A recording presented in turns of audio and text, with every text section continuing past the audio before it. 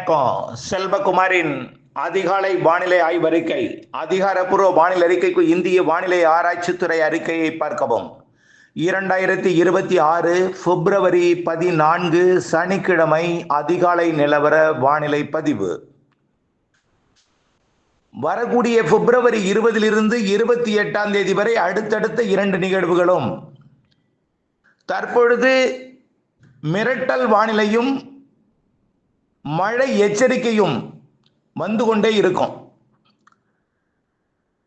வரக்கூடிய பிப்ரவரி 20 மாலைக்கு பிறகு, பிப்ரவரி 20 மாலைக்கு பிறகு வெள்ளிக்கிழமை, வரக்கூடிய வெள்ளிக்கிழமை மாலைக்கு பிறகு மதியத்துக்கு பிறகுதான் அன்றைக்கு நிறைய சுப நிகழ்வுகள் இருக்கு.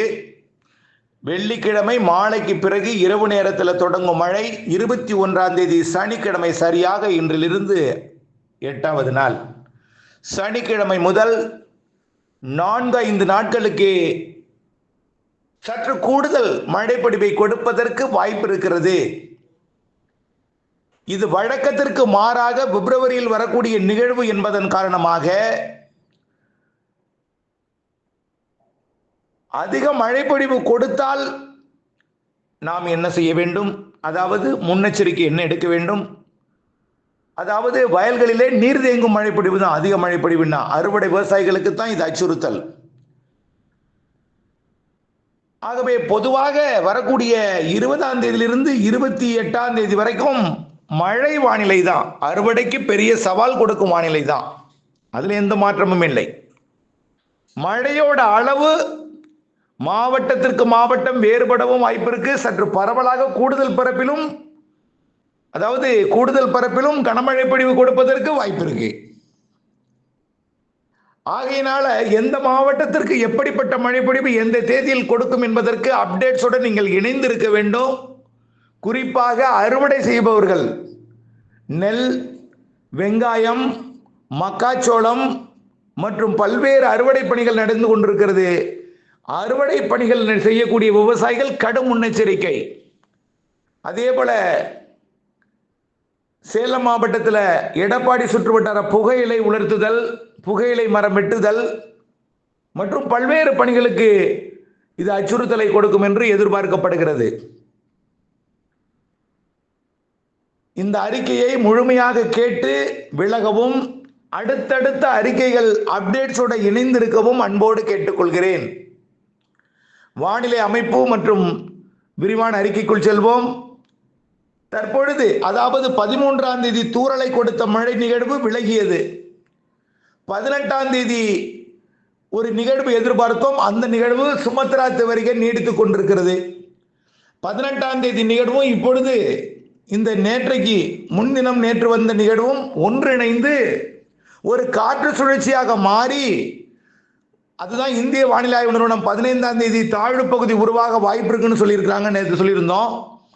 ஆனால் அது 15 காற்று சுழற்சியாக தான் நீடிக்கும். 16 17 தான் 18ஆம் தேதி கூட ஆகும் ஒரு தாழ்வு பகுதியாக மாற. ஆனால் அது உறுதியாக 20ஆம் தேதி மழைப்பொழிவை தொடக்கும் அளவில் ஒரு காற்று சுழற்சியாகவோ தாழ்வு பகுதியாகவோ இலங்கை மற்றும் தமிழ்நாட்டை நெருங்கிவிடும். ஆக மழை பொழிவை பொறுத்த வரைக்கும் எந்த மாவட்டத்திற்கு எப்படிப்பட்ட மழை என்பதுதான் ஆய்வில் இருக்கிறதுன்னு திரும்ப சொல்லிட்டே இருக்கோம். மழை வானிலை என்பதில் விளக்கவில்லை. மழை என்பது விலகாது. மழை வானிலை என்பதிலும் மாற்றமில்லை. மழையோட அளவில் தான் தற்பொழுது ஆய்வறிக்கையில் உற்று நோக்கி கொண்டிருக்கிறோம். ஆனால் தொடர்ந்து நம்முடைய ஆய்வறிக்கையில் என்ன தெரிவித்து வருகிறோம்னா, டெல்டா மாவட்டங்கள், தென்கடலோர மாவட்டங்கள், சற்று உள்ளேயும் கனமழை வாய்ப்பு பிரகாசமாகவே இருக்கிறது. இதுல 21, 22, 23 ஆகிய 3 நாட்கள் தொடர் மழை பொழிவு கூட தெரிகிறது.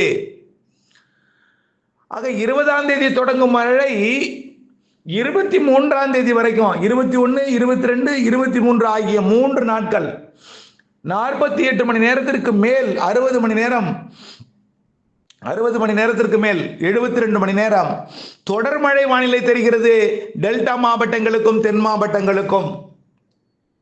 ஆகவே நிகழ்வு அப்படி தொடர் மழை பொழிந்தால் சற்று காற்றோட தான் இருக்கும், புயல் அல்ல. நல்லா புரிஞ்சுக்கிங்க, புயல் அல்ல. ஒரு காற்றோட சுழற்சி உங்களுக்கு காட்டுவதற்காக கற்பனையாக வரையப்பட்ட படம் அது. ஆனால் புயல் அல்ல. காற்றோட திசையை நீங்கள் காத்திருந்து அறிவதற்கு உங்களுக்கு நேரம் இருக்காது என்பதற்காக காற்றோட திசை நிலநடுக்கோட்டு இந்திய பெருங்கடலில் இருந்து காற்று வருகிறது என்பதை உங்களுக்கு தெரியப்படுத்துவதற்காக வானிலையை திறந்தவுடன் 2 நிமிடம் 1 நிமிடம் பார்ப்பவர்களுக்கு கூட புரிய வேண்டும் என்பதற்காக சற்று தெளிவாக குறிப்பிடப்பட்டிருக்கிறதே தவிர புயல் அல்ல. நிலநடுக்கோட்டு இந்திய பெருங்கடல் காற்று இந்த நிகழ்வுக்கு வரும் என்பதனால நிலநடுக்கோட்டு இந்திய பெருங்கடலில் காற்றிலே ஈரப்பதம் அதிகமாக இருக்கும், நீராவி அதிகமாக இருக்கும். வெப்பமான பகுதியிலிருந்து காற்று வந்தால் அது நீரை சுமந்து வரும். நீரை சுமந்து வரும் பொழுது அது கிழக்கு காற்றை பாருங்க, இன்னொரு பக்கம் கிழக்கிருந்து ஒரு காற்று வரும். கிழக்கு காற்று என்பது கொஞ்சம் குளிரும் கொஞ்சம் நீராவியும் சுமந்து வர காற்று. தெற்கு பகுதியில் வரக்கூடிய கிழக்கு காற்று நீராவி காற்று. சற்று வடக்கே செல்ல செல்ல குளிர்காற்றை சுமந்து வரும். இந்த இரு காற்று இணைவு எங்கே ஏற்படுகிறதோ அங்கே கனமழை பொழிவு, மிக கனமழை பொழிவு, அதிகனமழை பொழிவு ஏற்படும். ஓரிரு இடங்கள்ல அதீத மழை பொழிவிற்கும் வாய்ப்பு இருக்கிறது. ஆகவே நாம முன்னெச்சரிக்கையுடன் இருப்பதில் தவறல்ல. மழை பெய்யாமல் போனால் கூட தவறல்ல. ஆனால் அறுவடை தானியங்கள் பாதித்து விடக்கூடாது என்பதற்காகவே இந்த உச்சபட்ச எச்சரிக்கையாகவும் நான் தெரியப்படுத்த விரும்புகிறேன்.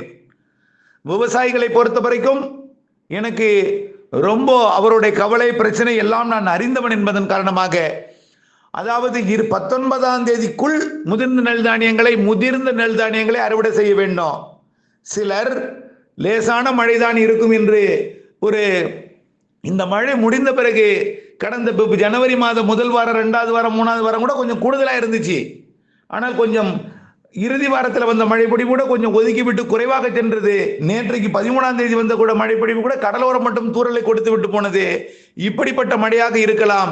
இந்த தூறல் வந்துவிட்டு போகட்டும், இந்த நனைக்கும் மழை வந்துவிட்டு போகட்டும், பிறகு அறுவடை செய்யலாம் என்று இருந்துவிடக் கூடாது. இது வழக்கத்திற்கு மாறானது, வழக்கத்திற்கு வித்தியாசமானது. என்னை பொறுத்த வரைக்கும் பிப்ரவரி இறுதி வாரம் என்பது நிகழ்வு வராது. ஆனால் இது வரலாறை திருத்தும் என்று தெரிகிறது. அதாவது திருத்தும்னா என்ன? பிப்ரவரி மாதத்தில் ஒரு நிகழ்வு வந்தது, வரலாறுல பதிக்கப்படும். அது ஒரு நல்ல மழைப்பொழிவை கொடுத்தது, வரலாறில் பதிக்கப்படும் போல்தான் தெரிகிறது. ஆகையின் காரணமாக முதிர்ந்திருந்தால் நாம் வயலில் வைத்துக் கொண்டிருக்க தேவையில்லை. விரைந்து 19ஆம் தேதிக்குள் அறுவடை முடிக்க வேண்டும். ஏன் இது இவ்வளவு முன்கூட்டியே அறிவிக்கிறீர்கள் என்றால், அறுவடை எந்திரம் அனைவருக்கும் ஒரே நேரத்தில் கிடைக்காது. முதிர்ந்த நெல் தானியங்களை வயலிலே வைத்துக் கொண்டிருந்தால் ஒரே நாளிலே திடீரென்று அறுவடைக்கு நீங்கள் ஈடுபடும் பொழுது அனைவருக்கும் 19ஆம் தேதி அறுவடை எந்திரம் கிடைப்பது என்பது சவாலாக இருக்கும். அதுவும் வைக்கோலை திரட்டுவது 20ஆம் தேதி மதியத்திற்குள் வைக்கோலை திரட்ட வேண்டும். இதன் காரணமாகத்தான் முன்னெச்சரிக்கையை முன்கூட்டியே அறிவித்துக் கொண்டிருக்கிறோம். அதையும் முன்கூட்டியே பிப்ரவரி இறுதி வார நிகழ்வு வலுவானது என்று சொல்லி இருந்தோம்.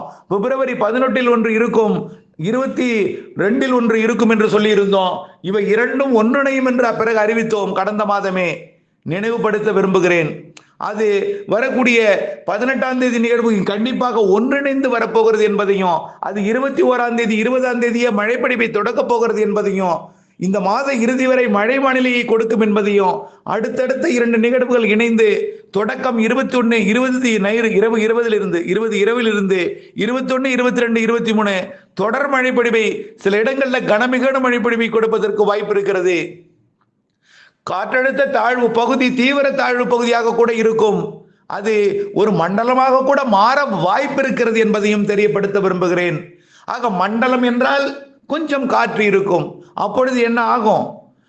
முதிர்ந்த நெல் தானியங்களுக்கு சற்று சேதம் ஏற்படும்.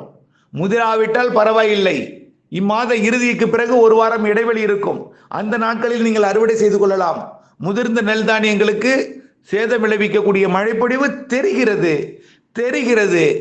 ஆகவே முன்னெச்சரிக்கைக்காகத்தான் இந்த அறிக்கையை தவிர நீங்கள் கவனக்குறைவாக உங்களுடைய முதலீடை உங்களுடைய மீட்டெடுக்க வேண்டிய நேரத்தில் இறுதியில் அவசரப்பட்டு கைவிட்டுவிடக் கூடாது என்பதற்காகத்தான் இந்த முன்னெச்சரிக்கை. ஆகவே வானிலை அப்டேட்ஸுடன் இணைந்திருக்க வேண்டும். 20ஆம் தேதி தொடங்கும் மழை 21 22 23 சற்று வலுத்து பெய்து 24, 25, 26, 27, 28 தேதி வரைக்கும் சற்று லேசாக மிதமாகவும் சில நேரங்கள் சில நாட்கள் கனமாகவும் அந்த நிகழ்வு நெருங்குவதை பொறுத்து அமையிருக்கிறது. ஆக வரக்கூடிய 20ஆம் தேதி நிகழ்வு தென்னிலங்கையா, மத்திய இலங்கையா, வட இலங்கையா அல்லது டெல்டா மாவட்டங்களுக்கு நெருக்கமாகவா அல்லது இன்னும் கொஞ்சம் வடக்கே முன்னேறி வடகடலோரத்தை நெருக்கமாகவா என்பதுதான் ஆய்வில் இருக்கிறது. எங்கே இருந்தாலும் அதன் மையத்திற்கு வடக்கே தான் அதிக மழை இருக்கும். தென்னிலங்கை என்றால் தென் மாவட்டங்களுக்கும் டெல்டா மாவட்டங்களுக்கும் கூடுதல் இருக்கும். மத்திய இலங்கை என்றால் மத்திய இலங்கை நுழைந்து மன்னார் வளைகுடா பாக்ஜல சந்திக்குள் கண்டிப்பாக வரும், கொஞ்சம் வலுவாகவே வரும்.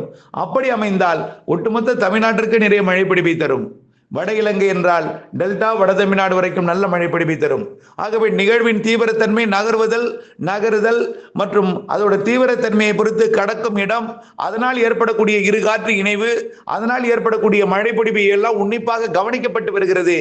ஆனால் நீங்கள் தொடர்ந்து வானிலை அப்டேட்ஸுடன் இணைந்திருந்து அறுவடை தானியங்களை பத்திரப்படுத்தவும் மீட்டெடுக்கவும் அன்போடு கேட்டுக்கொள்கிறேன்.